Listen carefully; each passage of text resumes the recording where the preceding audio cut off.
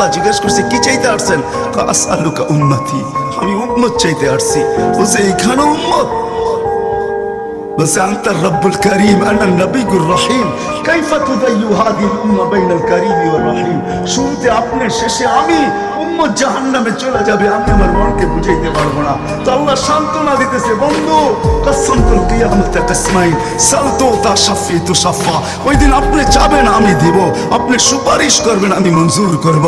আল্লাহ বলে শোনো, কিয়ামতের দিন সবাই নিচে থাকবে, আমার আর আমার উম্মতের জন্য আল্লাহ স্টেজ বানাবে উঁচা জায়গায়, আমি আমার উম্মতকে নিয়ে উঁচা জায়গায় থাকবো, সবাই নিচে থাকবে।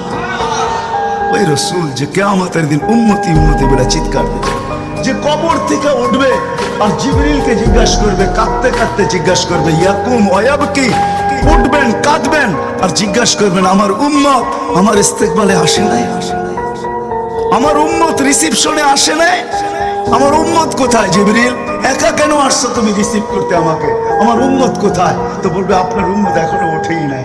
ওই নবী আমাদেরকে জান্নাতে নিয়ে যাওয়ার জন্য আসছে।